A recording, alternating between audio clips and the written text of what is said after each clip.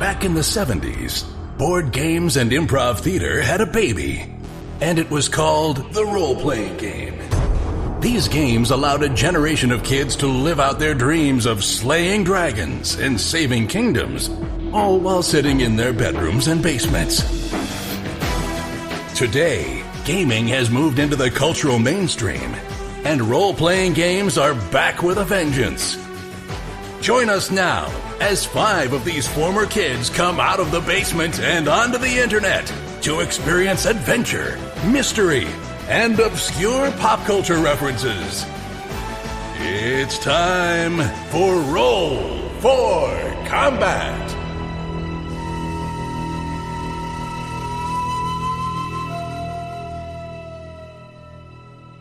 Hey there, welcome to Roll for Combat. I'm your GM and host, Stephen Glicker. And in this week's show, we have a special show. We have a guest. We have John Compton, the organized play lead developer from Paizo. He's going to be joining us. We're going to be interviewing him for about half an hour.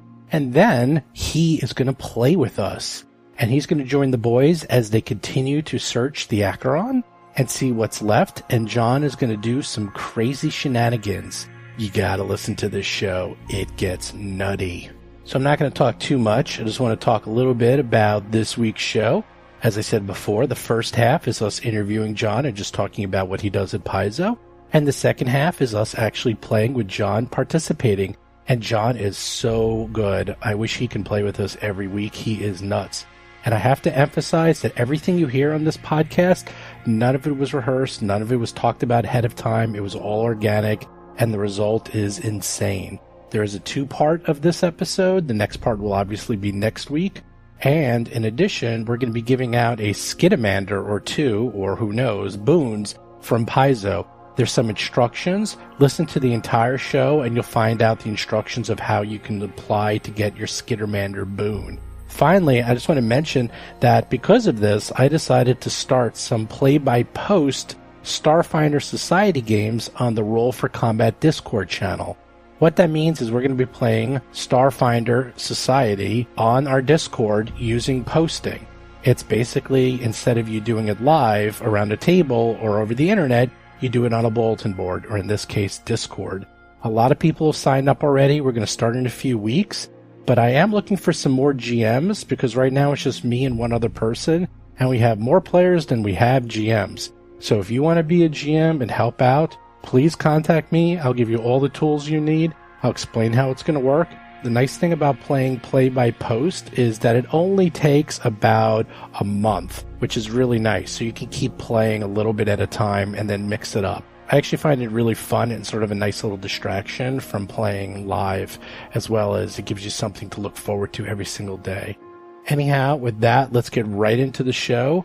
Enjoy.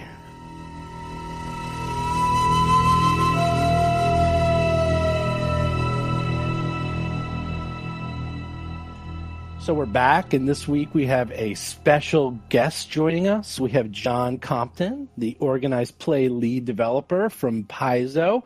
He's going to do a little interview, answer some questions about what he's doing at Paizo, what the future of Starfinder and Pathfinder is, and then maybe we can convince him to play a character or two and antagonize the Roll for Combat crew.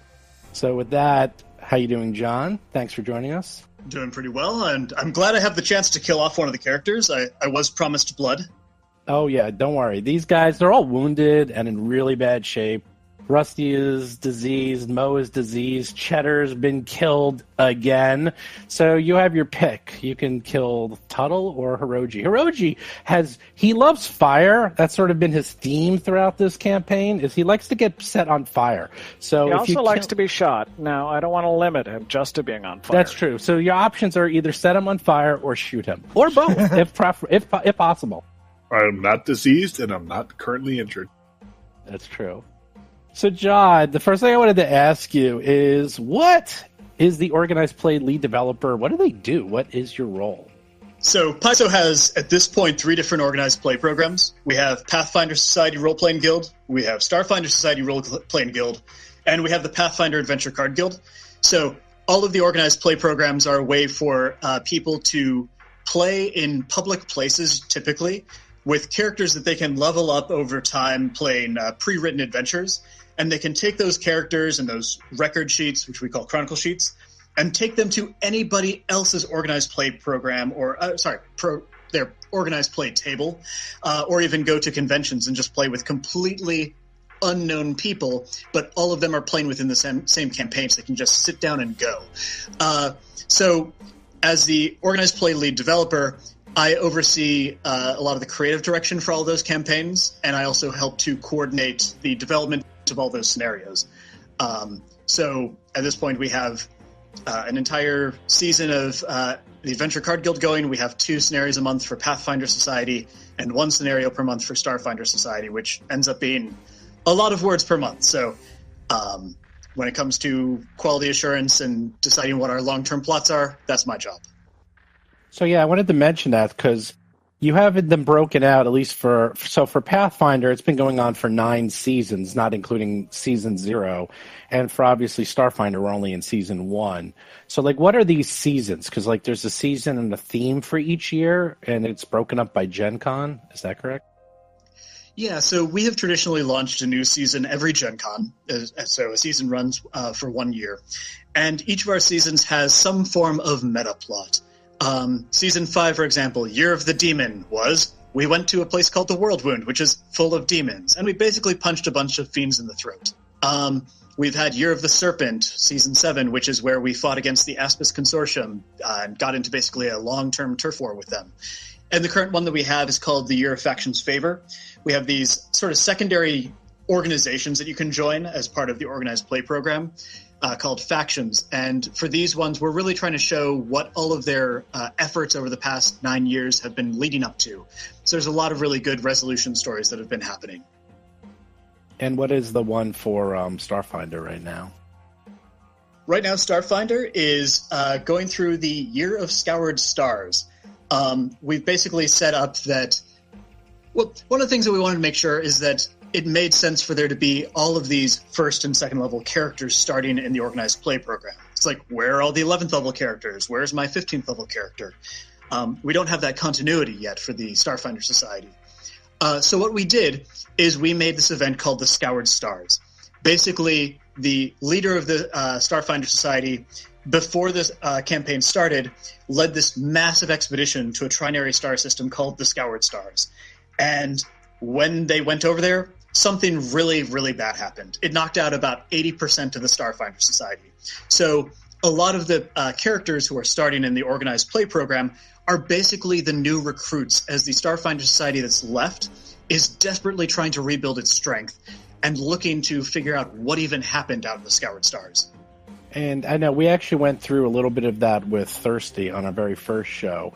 And you're also exploring the Dead Suns on the side as well, the adventure path?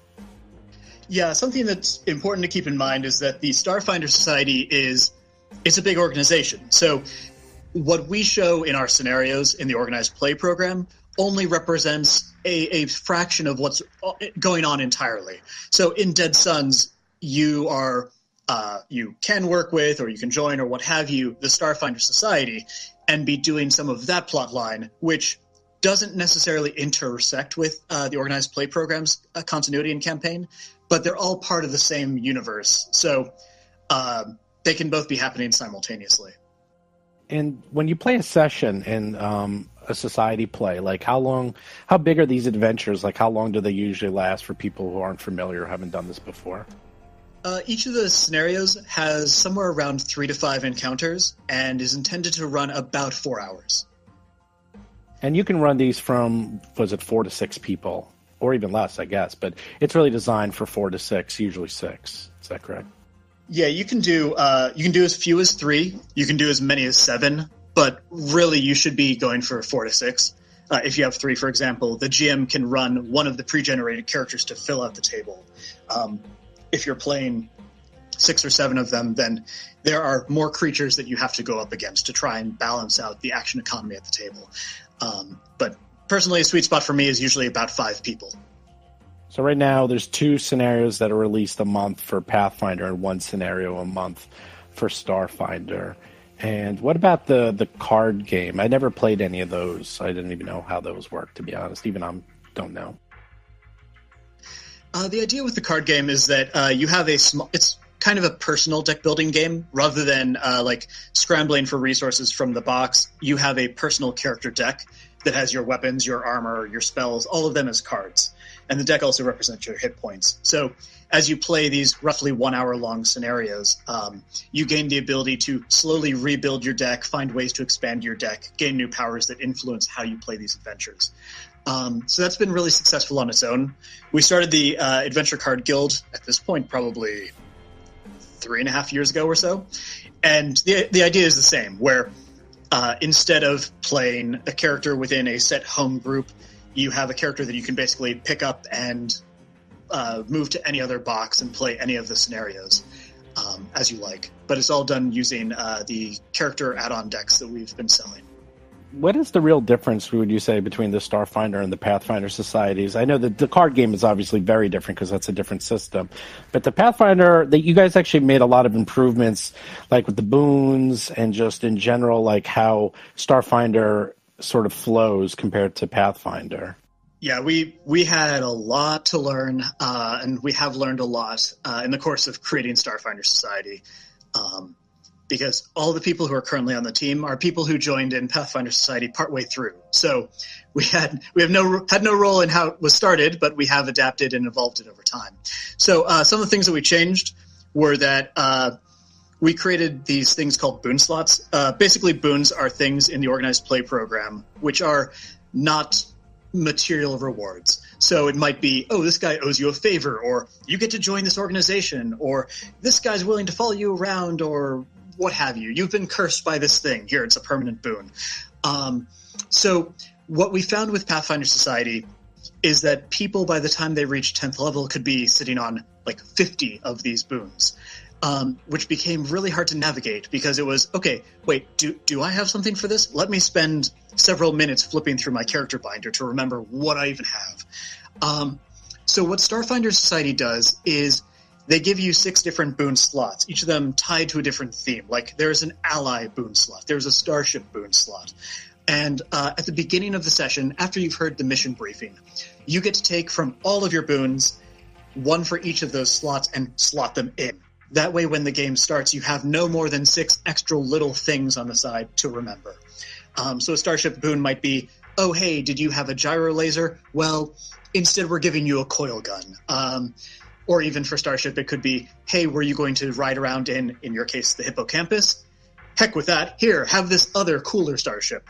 Ally ones can be, this person's following you around, so you can call on his aid once per session. That sort of thing. Okay, I'm going to only have one more question, and then I'll open it up to everyone else, and then we'll skip playing. My other last question is more of a statement. It's just like, I've actually GM'd a lot. I always do the specials at Gen Con, which are just absolutely insane and require a lot of planning, and there's a lot of encounters in the specials. But the thing I like most about them is just that they're so different that you can be doing one that's in, I don't know, the plane of air, or you could be doing one that's all underwater, or you could be doing one that's all intrigue, and you could do one that's like a heist. And it's like there's always, it's just that you can jump all over the place with the same characters, play for a few sessions, and then just leave. And you can get a taste of lots and lots of different play styles when you're playing Society. At least that's what I like the most about it. Yeah, and one of the things that is really great about organized play is it's a great way to get to know who's in your community, whether that's physically in your region or even online. It's a great way to just try out new players and new GMs for just 4 or 5 hours at a time. So if it works out great, fantastic. You can start seating more tables with those people. If it doesn't, that's fine. Move on. And you can pick up things that are going to improve your GMing or your play style, or you can pick up a couple of negative lessons and say, you know what, that's the thing I want to avoid. Either way, it's a great way to get a taste of the community at large. And if you're looking to create a home game as well, it's a great way to recruit people. Oh, actually, I will mention one other thing. You can do these at home. Like, you can do these. There's people who do this online quite a bit. There's even now played by post, which is getting really popular, I see. You can do this, with your own people. You can just do pickup games. You don't have to just do these at Gen Con or larger conventions. Absolutely. The way I got started was with two of my friends basically starting a home game invitation-only version of Pathfinder Society, where we played a couple of those games before we then started organizing at one of our local stores. Cool. You guys have any questions for John? Yeah, I have a question. This is John Stats, I guess. Hi there.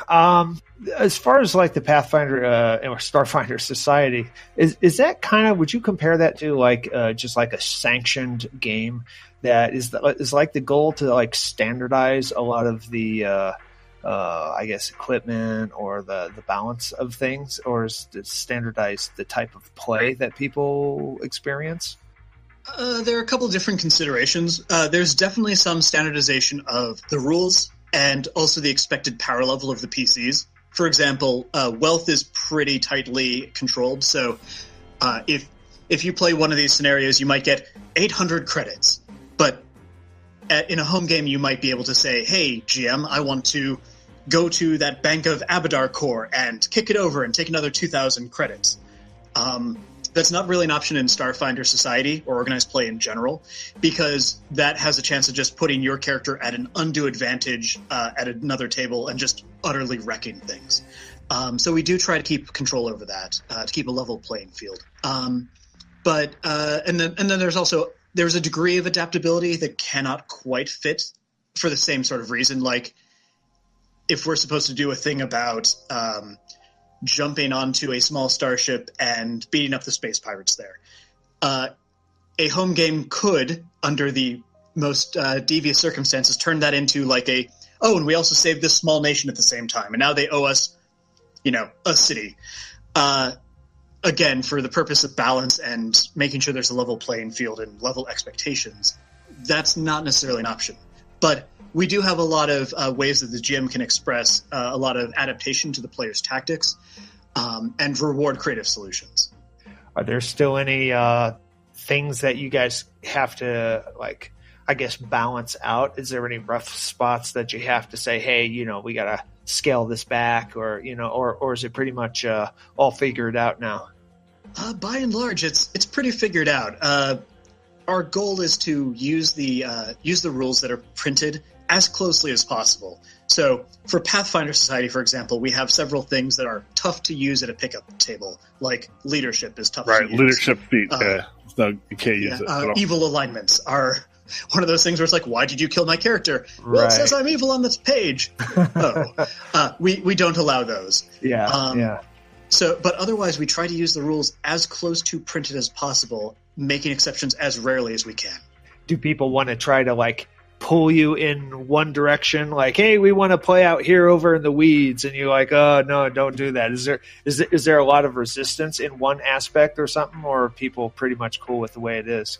I think that they have gotten cooler with it over time, because they're certainly, when somebody's new to it, they're like, oh, but I can play evil properly. Like, I've played evil before, I won't be a jerk about it. And is that what people pretty much want to do? Is like play evil? Yeah, okay.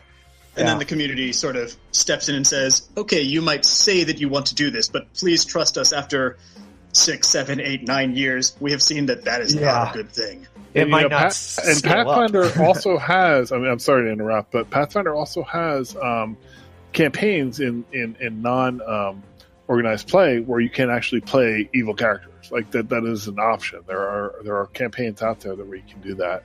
So, organized play, you don't want, I don't think, players killing other players. So that's off the table completely. Well, I would imagine the main thing is you don't want chaos. After a certain point, there actually should be some organized play to the organized play. Yeah, and speaking of other campaigns or other adventures that we produce, what we do with a lot of them, like our adventure paths, is we sanction them for organized play. So if you want to play it and get organized play credit, you can. For example, your group could, at the end of Dead Sons Part 1, walk away with a chronicle sheet for it. And if you ever do want to play Starfinder Society, you could apply that chronicle sheet and already have some experience and credits for your character. Steve, nice. I want that. Get on that. Get on it. Yeah, John. So one thing I wanted to ask, I see that all the time, and I'm gonna be honest, I don't quite understand how it works, because So we're playing characters, but these characters are not built with society rules. They've been built with our own rules. So can they play and then use those? Use the not the boons, but well, the they're chronicles? not built our own rules. They're built by the book rules. Right. Well, society has different rules. So, in other words, the loot you get, you can only use society loot. So, how does it work, John, exactly with adventure paths? Because that's all we play is adventure paths. Can they then assign these to other characters? Because like they don't need to use these characters. Can I give them the chronicles to their other like their society characters? Yeah, there are two different ways to use sanctioned adventures, like the adventure path. One of them is to play in what we call event mode. Event mode is basically you are taking Starfinder Society characters built using those campaign rules, and you are playing it as though it were a scenario. And that's totally fine, in which case the character that you play through it would get credit for it. We also have something called campaign mode, though. And campaign mode is basically, hey, I want to run this as a home game. As long as we completed the entire volume, though, using whatever medium we see fit, then you can also assign a chronicle sheet. In this case, instead of assigning it to the same character that you played through it, though, you're assigning it to one of your Starfinder Society characters of that level. So for Dead Sons number 1, you would assign it to any one of your Starfinder Society characters who is level 1 or 2. Oh my god.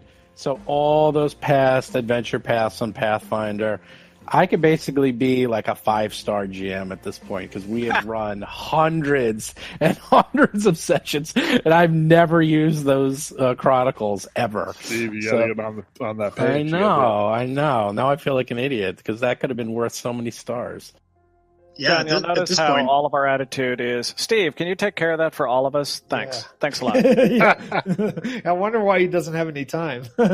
Yeah, if you go to Paizo.com/Pathfinder Society/RPG/additional, it's basically you can also just click on the Pathfinder Society button on the top left of our website. It'll take you to a page called the Additional Resources page, and that's where we have the Chronicle Sheet bundles for all of our currently sanctioned adventure paths. And I think at this point we've probably sanctioned about 10 of the APs. So if you play through all of those, you would have roughly 6 levels of experience that you could assign to one of your Pathfinder Society characters. That'd be me. The same thing will go for Starfinder Society. Oh my god! All right, well, I'm gonna go through all those, and then I just want the stars because and now the novas for Starfinder Society. So I mean, we played the game, and might as well get something out of it. I mean, we just play sanctioned adventure paths and modules. So yeah, might as well get something. Yeah, but I mean, to be honest, like a lot of our characters are not going to fit into the Pathfinder Society rules. No, you can make a new society character and just assign fit it into their format. So it's like you can make a new character. Things. Yeah, you can make a new character, Chris, and then use that chronicle on the new character. So it doesn't have to be Mo or Rusty. It can be a brand new character, and then you get a chronicle sheet, and then you assign it to that character. Nice, I like that. Yeah, well, I'll definitely do that. But we have to finish the whole adventure to get the chronicle. Is that correct? So we have to finish all book 1 before I can assign the chronicle sheet to them. That's right. Okay. Which reminds me of my real question, John. I'm going to kill Mo. So you tell me and no one else all the secrets of book 2 because I want to win. Oh, that's right. John wrote book 2. So tell them nothing but lies, please. B-Arc means we surrender. Okay, nothing but lies. All right, one of the important things is that book 2, because I'm known for writing nothing but dungeon crawls, is nothing but combat. You'll basically walk from room to room shooting everything, and talking is going to only get you into more trouble. Excellent. Okay. What I like about the lie of that is my character in this campaign has literally no other ability except diplomacy. He's useless in a fight. So good. Yeah, and he's also an asshole. Let's not leave that out. Let's not leave that. He's an asshole. He's an asshole. You just don't understand him. That's all. It's probably because you're just a goddamn alien. You just failed your diplomacy role. Yeah, I'm a superior race by far. I've got tentacles on my head.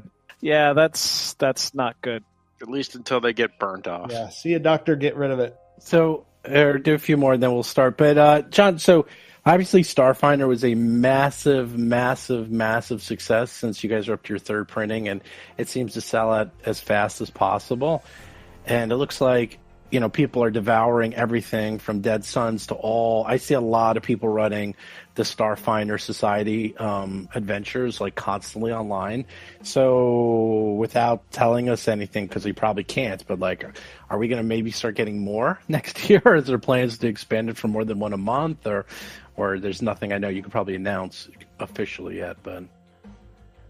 There's nothing I can really announce at this time, but I can say that we've been talking about 2 per month since basically the beginning.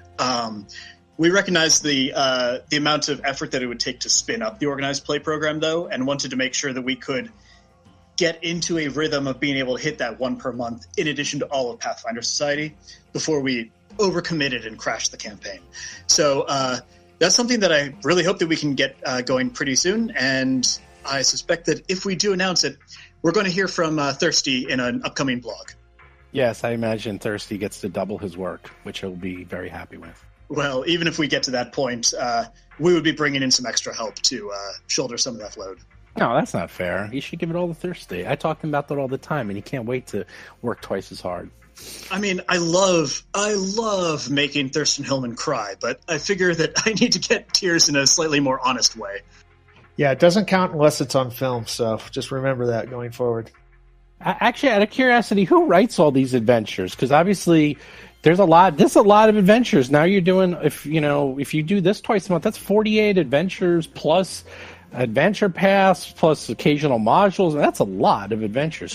Where do you get your writers from for these? So we get them from a variety of different places. Some of them are ones that have worked on other product lines at Paizo. Some of them are people who have done third-party work. We have, on and off again, had an open call where people could submit quests, which are basically about 1/5 the size of a scenario, as sort of like a writing sample. At this point, probably 4 or 5 of our recurring authors have come from that open call under my watch, and then we have at least another 5 who came in through it before. Sometimes it's just a matter of being on the scene and being part of the organized play program. So there are a couple of our really active GMs, for example, who have come on and demonstrated that, they know how to write and put together encounters, and we've given them a scenario just to test them out. And a couple of them have done really, really well. Andrew Hoskins, for example, still is one of our 5-star GMs in Pathfinder Society. And he was a venture captain for quite a while. And then he tried the open call, and he did pretty well. We've given him several different scenarios. And there's even one of those multi-table interactive specials that he wrote. So we're always looking for new talent, and the Society is one of the great ways to try them out. So how would they do that? Like if they wanted to get involved or pitch ideas to you guys, or at least get the ball rolling if they were interested in that? There are a couple different ways. So we're hoping to basically clear out our open call backlog and finish responding to various applicants in the near future and relaunch that program. When we do, the hope is that we will also have a Starfinder component to it, since previously it has only been Pathfinder. So there's going to be the open call. Third-party publishers are everywhere, and they are always looking for new writing talent. When we start hearing from somebody who says, I want to write for Pathfinder Society, I want to write for Starfinder Society, oftentimes they'll say, and I've also done this thing for Raging Swan, I've done this thing for Rogue Genius Games, or Green Ronin, or what have you. And that can be a way for us to say, oh, okay, good. You have worked on things, you know how this process works, and you have somebody that I can contact and say, how did this person do? Even sometimes just being a standout individual on our message boards can get you an occasional assignment, because we see you sure do know how to English, you are an overall good person, and upbeat and positive and seem to know our setting. You want to try and write 2 pages? Let's see. So there are tons of different ways, and somebody who wants to get started in writing is well advised to go to some of these conventions where we're going to be, to get your name out there, put a face to the name, have a business card ready, that sort of thing. Because that way we are going to meet like hundreds of people at these conventions. Being able to say, oh, right, this card that I can write on and say, this was the person who said, I like Nidal and Eox. Okay, I remember who that is. I will reach out to that person. You guys have any other questions you want to ask John? Not at the moment. Not really. I just want to say that I was a long time Dungeons and Dragons player from 1980 and playing 3.0 and then the much improved Pathfinder. I'm a huge fan. I love it all. I think it's outstanding. You guys are doing a great job now. Better than ever. Better than anything that's ever been done in the past. I think it's really great idea to try out new players and your community. Playing Pathfinder Society and Starfinder Society as a organized play. It's really a great experience. I have not done it that much myself, but I have. I have it at early on when it first started, and it was great. And it's great now. And I really, really condone playing the game. It's just outstanding in every way. Here. Yeah, and that's it. Wow, you're number one fan, John. Yeah, very nice. It's good to have you guys playing, and good to have you sharing your games with other people. Woo-hoo. See, after that, I'm going to feel bad. I was just going to ask, with the whole community building, is there a way I can trade in my current friends and get some new ones through the Starfinder Society? Because the guys I play with now, I mean, Jesus. Yeah, Bob, you know it. That's an option. I think you're losing yourself in Rusty's how character. do we get that to happen? Airlock activated. Yeah, are Maybe you it is losing yourself in method Rusty, or is Rusty causing the true Bob to emerge? No, I think it is method acting. You're absolutely right. I mean, if you need new friends, even on the Discord that we're currently on, there's an org play online for Pathfinder Society and Starfinder Society where you can get into some virtual tabletop games. There you go. Yeah, very nice. There you go. So you go find your new friends. Bob will replace you with John. And, Excellent. See you later. No. Probably an upgrade for you all. Hey, that's not true. It's more of a side grade. Oh, that's sweet. Rusty, I don't like your character much. I'm just saying. Oh. No, he's very nice. I know, he's good. I owe him money. Yeah, and that's part of why he's nice. You haven't paid up yet. Oh, yeah, John. So have you ever heard this? So Hiroji doesn't have the right weapons. So Rusty has been loaning his weapons out to Hiroji on a pay-to-own plan. Leasing is the actual Leasing, Yeah, right. I mean, he even leases the bullets. bullets. Yeah, That's he funny. does. He I does. It's a paid for lend-lease those program. bullets. I know. Well, I mean, it was unusual that we had a foe that was resistant to fire damage, and of course I'm using laser, so I had to grab a pistol off of Rusty's belt and start plugging away, and he charged me for every bullet. He really did. Of course. I mean, they are my bullets, and you were very demanding about them, I have to say. I'm an honorable man. I'll pay. Excellent. Glad to hear. You only have 2 more bullets in that gun, if I haven't mentioned before. This I do know. And Mo is happy to help him find his wallet when it comes time to paying you. So, of course, I don't do that for free. You A know, little short this week. I take a little off the top just to wet my beak. So, Well, anyhow, so last we left off, and feel free to interject whenever you want, John, is, you guys last killed everything. You're heavily diseased. Some of you pretty much greyhawked the place from what you can see, and you access the computer. Now what? What are you guys going to do? You guys are free. Oh, and Cheddar's dead. No, we have goblin Chris issues. Beamer is playing the Lashunta operative, Hiroji. yeah, did we Tuttle. establish the John atmosphere? Statz is playing the Vesk soldier, Mo Dupinsky. You Yes. established atmosphere. Just You wanna make turned sure. on the lights. Yeah, atmosphere is on. Lights are on. The only thing left is the 2 goblins, and they're in one of the staterooms, and they locked the doors, and they were happy to hear that it was all safe and that you killed the bad dogs. And one last question. Tuttle, did you back up the entire Bob computer? Marquis is playing the human envoy, Rusty Carter. Yes. The entire For the computer. That's infos. The thing in that ship that we're at. Yes, we got really good. We really got it good. We got it all. I believe I did after we had the little wrestling match with Jason the computer. McDonald is playing the Yosoki mechanic, Tuttle Blacktail, and his drone, Cheddar. Because I wasn't rolling very well. Yeah. We just, we you did rolled it at copy. the end, yes. Yeah, you copied the files onto Yeah. your personal We data. just need to make sure the GM puts that in his inventory or makes note of that because that'll All right. Well, come into play. Hiroji's like, you know what? I don't like goblins much, and you know what? We really got to clean this ship out. We cannot let them run amok and like set the reactor on critical.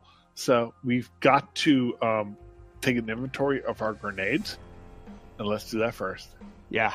I have one fragmentation grenade, and Hiroji pulls out a fragmentation grenade and raises it high into the air. No, I'm going to waste it. No. I raise my grenade. I have one grenade. What do we have left? These are talking.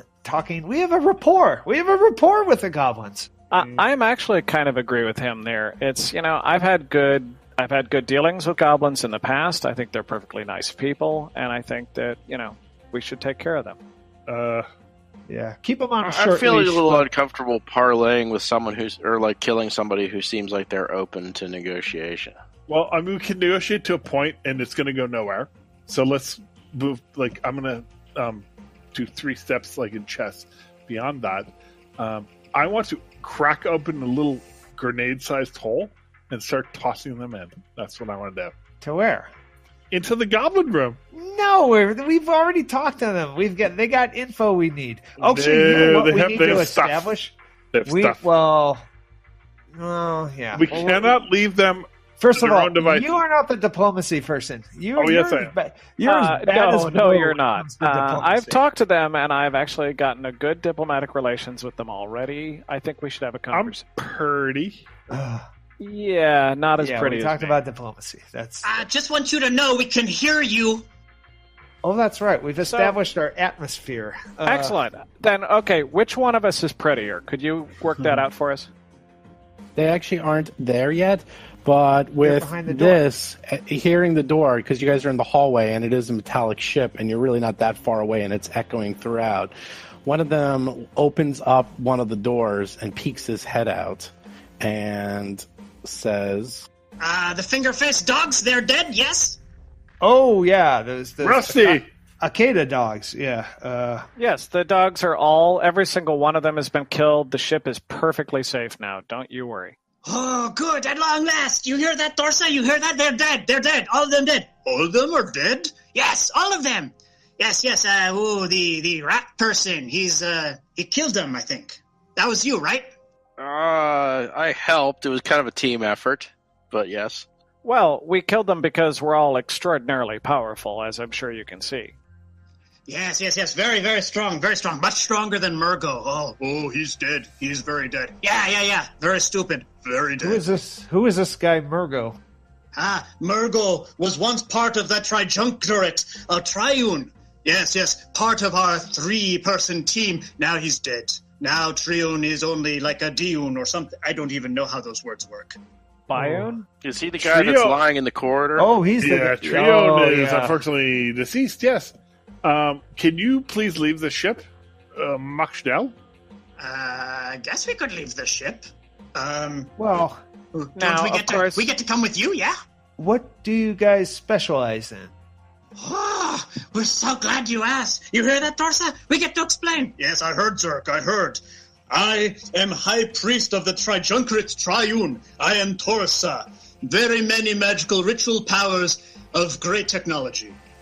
And I am Zerk, Chief Techno-Scavengelogist. And a pilot, and a sophisticated engineer, and a pilot. You're not a pilot. I'm a pilot. I drove the ship very well. It flew through the space, and then we were in the air for... And then we weren't in the air anymore. We were in a building. Yeah, stumbling out. All the people screaming. A sad day for first contact. I've had landings like that myself. I totally understand. That sounds like a perfectly good landing. You all walked away, right? Yeah, absolutely. We could do it again. Good. Well, obviously we would love to give you a ride. Now, we should set a few basic ground rules now that we're friends. Like, obviously you know that this ship we're on right now and all of its contents belong to us. We've actually been given the right to own it. Okay. Great. Now, we do have your friend's body over here. I'm sorry. The try of your own is Murgle. over here. Yeah. sure, Myrtle. Yeah, well, he's dead now. Yeah, he's space Very dust now. philosophical point of view. I respect it. What state did you find this ship in when you got here? What was the story behind you guys? I assume you guys rigged the door to explode, and I'm gonna wipe some of the soot off of my face. Well, that's kind of funny story. Yes. We heard about the ship out here in the rock, and the ship on a rock, and we thought that would be a great time for us to get many resources, many wonderful things to build a new technology out of. Yeah, like that. And so there was another ship, and we were on it. And it came down here, and they started exploring around, and we hopped off, and then they flew off, and they didn't even come back for us. So sad. Oh, very sad. What was the name of that other ship? I don't think I heard. Oh, it was the one made of metal. I don't think we ever glass, got No, okay. I don't think we ever got the name of it because it was I don't think anybody ever talked to the crew. Did the crew actually know you were on the ship? They sometimes complained about banging and clanging, but we also fixed some of their taillights without them knowing, so it was a good trade. Perfectly decent trade. I reverse understand gremlins. Hiroji is slowly pulling out his last fragmentation grenade. No, everything's fine. Everything's fine. Yeah, there's no need. Don't worry. Slowly pulling it out. He has no skill. He has no proficiency in fragmentation. Look. I have no proficiency in that, but I'm doing that. I'm doing it. Look, I understand. Oh, by the way, I think Dr. Tuttle, you had wanted to look in the room where they were, right? Just to make sure it was safe. It's an inspection, I think. Sure. Why was I the one going? As our chief medical officer. Yeah, absolutely. Of course. Safety inspection. Food taster. All right. Yes, I would like to take a look in the room if that's okay. Also, is it Dr. Tuttle or Dr. Blacktail? I'm really confused. Tuttle's a first name. Dr. Tuttle it is. You do both with a doctor. Oh man, you guys are diseased. Please don't say too near me. Yeah, you're sandwiched between sicknesses here. My lord. What would happen if we were to bite him, Steve? Zombie. Bite if you bit him? If I bit Hiroji. You could probably spread the void death. You can find out. What if I'm breathing on him like right now? Like just spores. Yeah, that's not, I'm not happy about this. Yeah, well, there you are. You're. It is a disease, and diseases do spread. I hope you guys have been washing your hands. I caught it because someone bit me. That's why I was. Hiroji has never been accused of having a disease ever. Don't date, do you? Okay. No, but you are a good barbecue kindle, though. Fire with my friend. All right, so the searching of the room. Yeah, Tuttle, get in there. Stop being a coward. Get in there. We'll wait out here. Coward. Why am I being maligned so much? Besides that, I am a little bit nervous now that I don't have cheddar anymore. I have you covered. I have a laser. Yeah, we got grenades. Don't worry. We'll cover you. We got grenades. I'm trying to push my way past no these. problem. Grenades getting thrown in your direction to save you. Yeah. Push my way past these little fellas and take a look inside.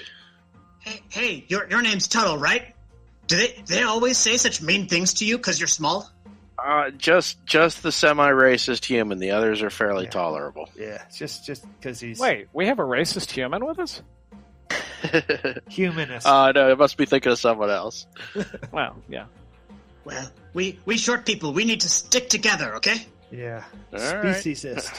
Well, I'd imagine so. I mean, if enough of you get together, you add up to a real person. We can tell you're the smartest one here.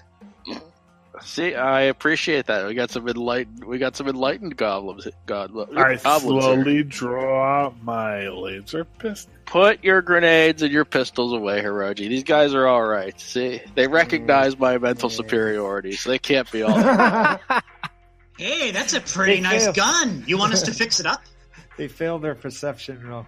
We can make it shoot better, stronger. Yeah, much stronger, much stronger. Oh, They can make it nice. Oh! Apparently, if there's anything in the room, I don't see it. Oh, 2. He rolls a 2 for perception. Gets a 7.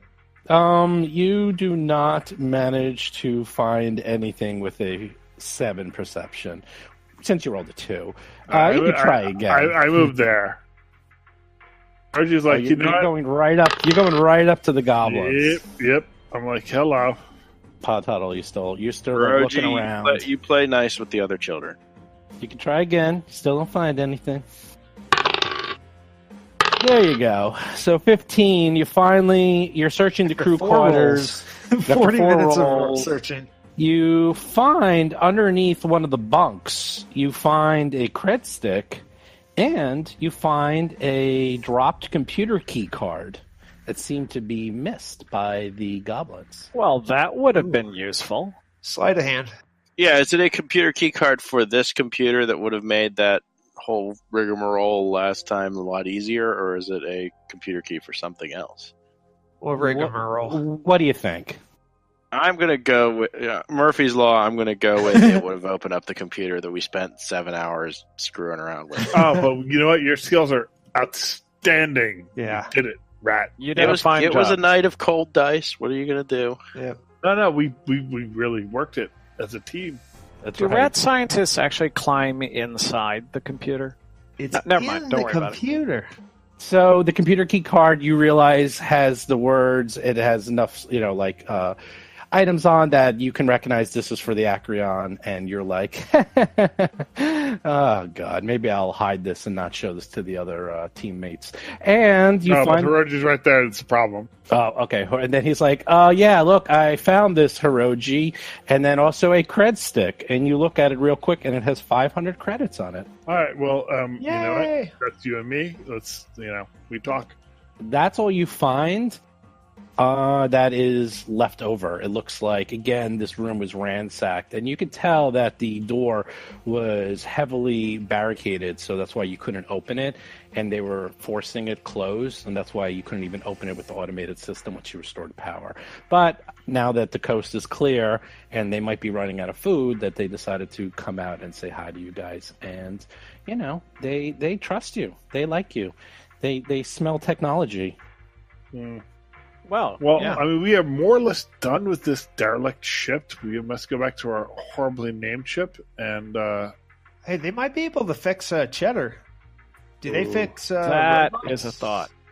No, no one else is working on my robot. That's Oh, yeah, I mean, okay, they let might alone get goblins. an upgrade. Oh, random. I mean, I know they mutation appreciate me upgrade. and they're my new Oh. friends, but I draw the line at letting anyone else muck around with Cheddar.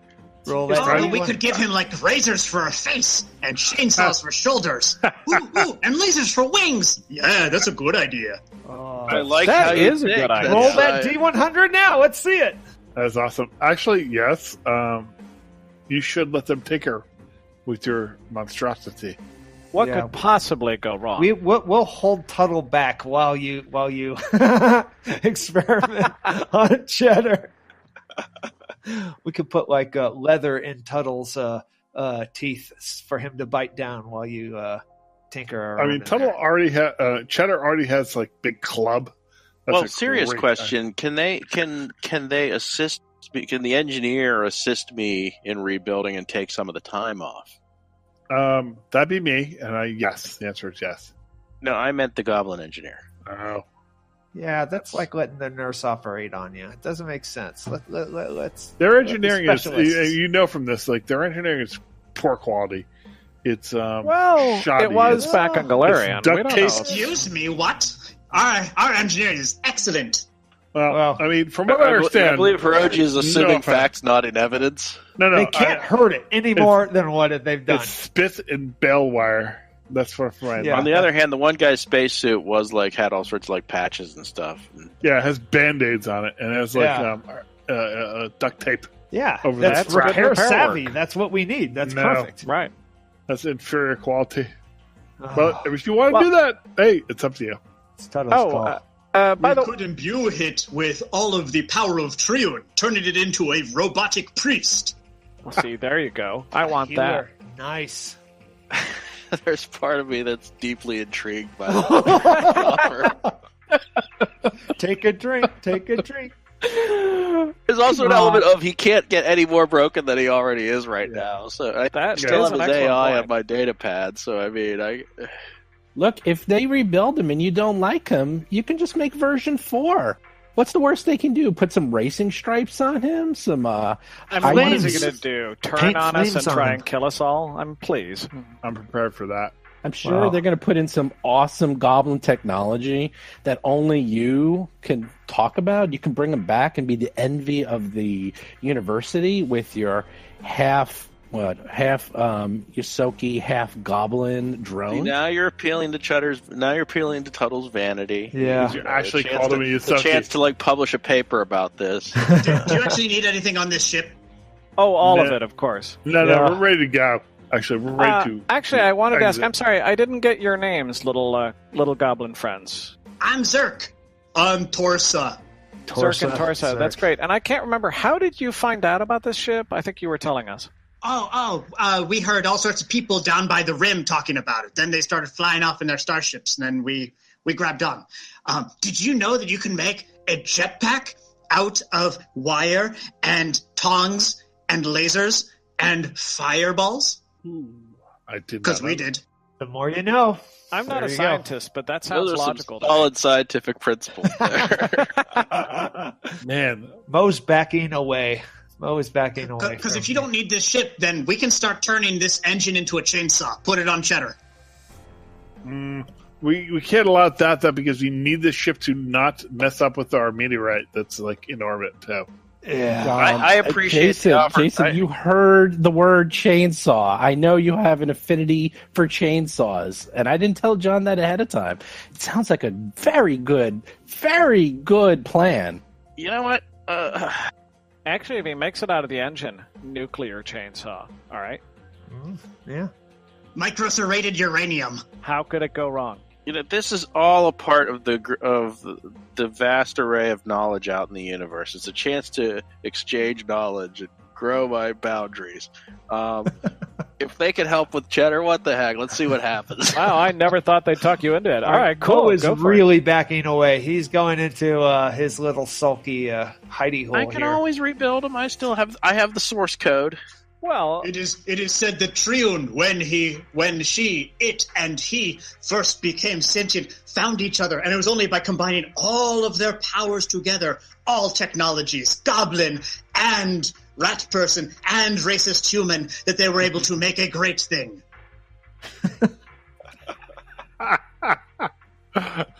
Yes, include racist human because that is rusty. Yeah.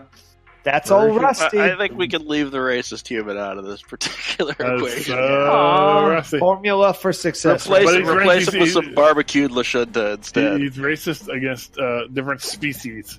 Yeah. Which, I don't Speciesist. understand this reputation I seem to have. Well, Sorry, I'm just still going off of what they told me. Yeah, well, don't pay attention to them. But if you can improve our little friend Cheddar, I think that's a wonderful idea. yeah, let's see some magic. Okay. I mean, They will start tearing apart pieces or finding scraps. yeah, I mean, in reality, you guys, it's going to take 24 hours to rebuild Cheddar. You guys are all diseased anyhow, so you probably want to spend a little time We recuperating. spent time on this ship dealing Yeah. with that.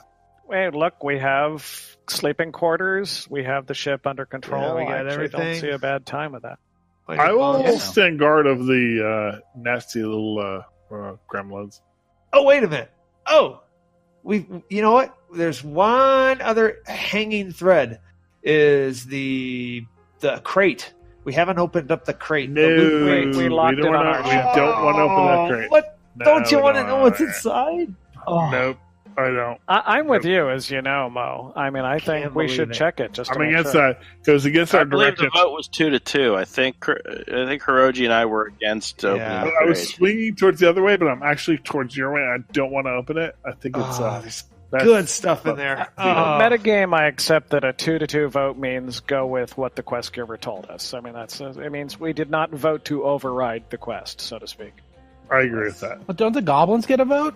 No. Yeah, that's right. We That's a have great two point. new members. There Two you go. new That's members. two They more did not- votes. They did Although not make any contract with the Did with the not undead liberate guy. the crate. They're not on the same quest. They're in the party, but they don't have the quest, and we don't have quest sharing. So Is there a crate full of things? We like things.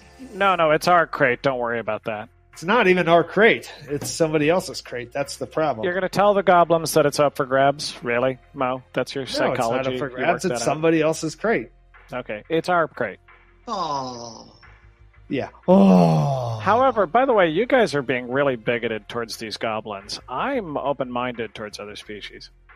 Oh, I can't believe you said that about them. Oh my gosh, Rusty, jeez. What? So speciesist. They're so nice. I like the goblins. So speciesist. So meanwhile, the goblins start taking scraps and finding pieces. By the way, goblins... for the record, I am going to supervise their work. I'm not goblins, you do see your dead friend about 30 feet to the west, and he is quite dead. It looks like he was torn apart by the dogs, and you notice bits and pieces of his gear is in the tracks of Cheddar, and he was run over several times by Cheddar. FYI. It is a sign. We should incorporate them. We shall make Murgo live again in Cheddar. Oh, that's an interesting idea. Can't argue with the sign. Zombie robot. Yep. That works. We like where this is going, right, Tuttle? I'm so nervous about this, but sure, let's roll those dice. It will be just as Murgo wanted. Chainsaw wings. Chainsaw wings. Oh, I will inform you that goblins are not great they're great in talk, but not great in execution. Yeah. I think we're all just interested in what's going to come out of this. I mean, taking off the game hat for a second, I'm just fascinated to see where this might go. Yeah. So, how about this? Why don't we stop here, and then next week we'll find out what monstrosity the goblins create out of what a version cliffhanger. 3. I know, that's a cliffhanger. That is a cliffhanger. Out of What happens to Cheddar? Oh, not Cheddar version 3. I'm not letting the surgery on me. More like Cheddar 2.5. Yeah, so I don't even know what version this is going to be. I want the next Fully episode. prepared that I'm going to have to tear them down and build them up again. But You might. But why don't we pause it there, and then we'll have John join us next week, and we'll find out what happens too. Because I don't even know what's going to happen. None of us do. I want the first words next week to be, "It is alive." Murgle is alive. He lives Murgle. again. Cheddar Murgle. Yeah. Oh, So as I said before, this was totally unplanned.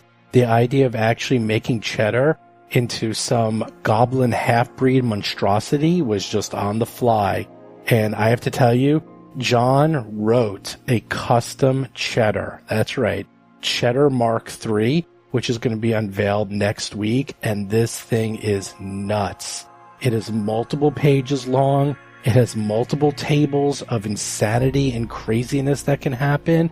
I even have some new artwork just for this version of Cheddar. So with that, I wanted to talk a little bit about choice. And you've probably heard a big expression that has been going on in the D&D world is always say yes. And I never really bought into the always say yes until recently. The last couple of years, I've actually bought into it more. And here's a perfect example of saying yes. Did I know how this was going to turn out? Did I know that these goblins were going to just turn Cheddar into some crazy monstrosity and we're going to literally have to write new rules in Starfinder to handle this? No, I had no idea. But you know what? What the heck? It's my game, and John was nice enough to actually help rewrite Cheddar into a new version with new rules. So yeah, I'll say yes, and we'll see what happens. And is Cheddar going to be a little game-breaky and a little bizarre? Maybe. He might be, but it's so damn cool. Who cares? This is an example of saying yes and what craziness can happen. And I have to say, over the last few years, I have been one to say yes. And this really has to do more with GMs than PCs.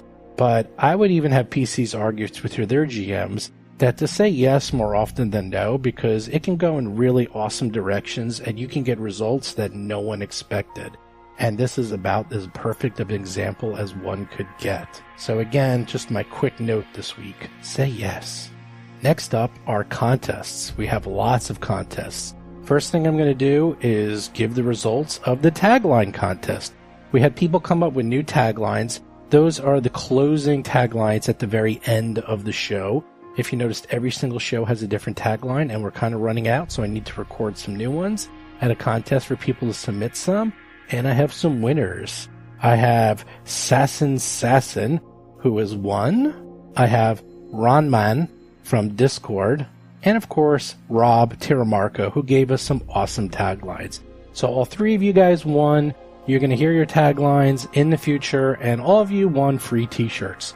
So just contact me, give me your shirt size, your address, and who you want on the shirt, and I will be sending those off to you right away. As for the Skittermander contest, I'm still deciding on the name. Maybe we'll do that next week, since we're actually giving out a Skittermander on the show, or 2 or 3, or however many Paizo decides to give out. So with that, I'm going to continuously go through all the names, and we will pick at least one next week. Plus, I want the other guys' input as well. And then finally, we have a new contest where all you need to do is review the show on iTunes or Stitcher or Facebook, and then email us at contact@rollforcombat.com. Give us your name, give us the name of the review that you put it under and the platform. That's it. That's all you need to do. And I will pick out random names. And if I pick out your name, you get a $100 Amazon gift card. Once again, if you've already entered in the past, you do not need to re-enter. So people have been asking about that. So with this week, the winner is Bigfoot DM. You put in a great review on iTunes, and you have won. So just contact me. And then finally, someone wrote me. He said, "Hello. Me and my family are huge fans of your podcast. We love it. We never miss one. We were just wondering if you can get a mention of your podcast from Lee Beat and the Beat family listening from Birmingham, UK." And he sent me a picture of like 14 people. I don't know if really all 14 of you guys listen to Roll for Combat. If you do, that's really awesome. I don't know how many you really... That's crazy if all 14 of you are just sitting around listening to these shenanigans in the UK. Cool. If you are, like, send a video or something. I'd love to see that. And with that, we're going to wrap up this week's show. Don't forget, next week, you get to see Cheddar Mark III, who's going to be filled with goblin monstrosities. You're going to hear John continuing his craziness as the goblins, and then you'll find out what finally happens to Rusty and Mo, and if they turn into something strange and horrible because of the Void Death disease, or they just end up living but horribly scarred. Find out next week on Roll for Combat. See ya. You've been listening to Roll for Combat, a Starfinder actual play podcast. If you have a question or comment for the show, please visit us at rollforcombat.com or drop us a line at contact@rollforcombat.com. You can also find us on Twitter, Facebook, Discord, and other social media platforms.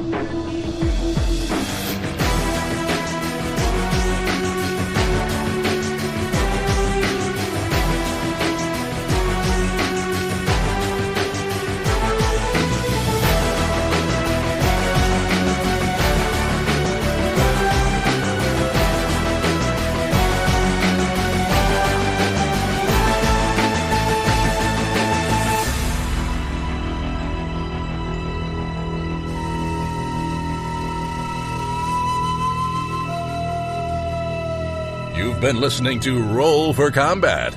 Until next week, always remember, if the GM asks, "Are you sure?" you're already dead.